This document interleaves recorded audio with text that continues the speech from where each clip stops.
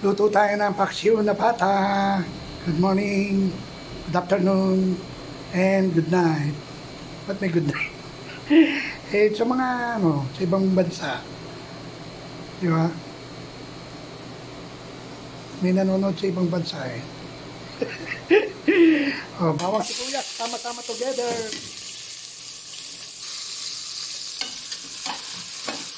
Isa lang natin yan.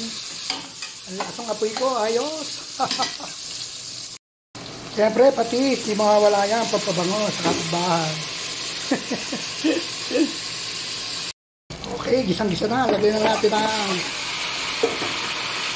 pork pata. Masyadong malaki. Gigisa lang natin yung pork pata na yun. Gisadong-gisado na, oh. Lagyan na natin ang toyo.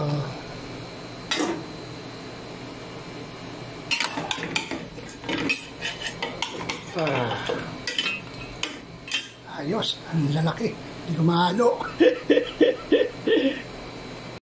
Siyempre, nalisad na sa toyo. Lagyan na rin natin ang suka. Para umasim na. Lagay na rin natin ang pampalasa, paminta, asin at pork cubes. May konting baking.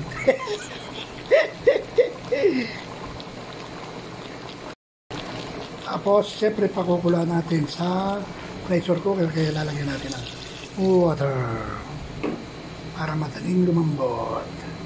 Okay? Takpan na natin. Masikip na kaagad. Okay, pasingawan natin ang 30 minutes. Okay, binuksan ko muna ang pressure cooker para ilagay coconut sugar. Okay. At binuksan ko na nga ang aking pressure cooker. At lagay na rin natin ang bulaklak ng saging. Sarap niyan. Ano yung aking sandok? Para maluto na. Hindi ko natatakpan niya kasi parang malambot na siya. Oh. Hayaan ko lang yan dyan. Hindi ko natatakpan para maging corn beef yan. Saka 30 minutes na eh. Okay? Luto na! Thank you for watching. I love you all. Bye-bye. Thank you po Lord. At meron tayong paksiw na pata.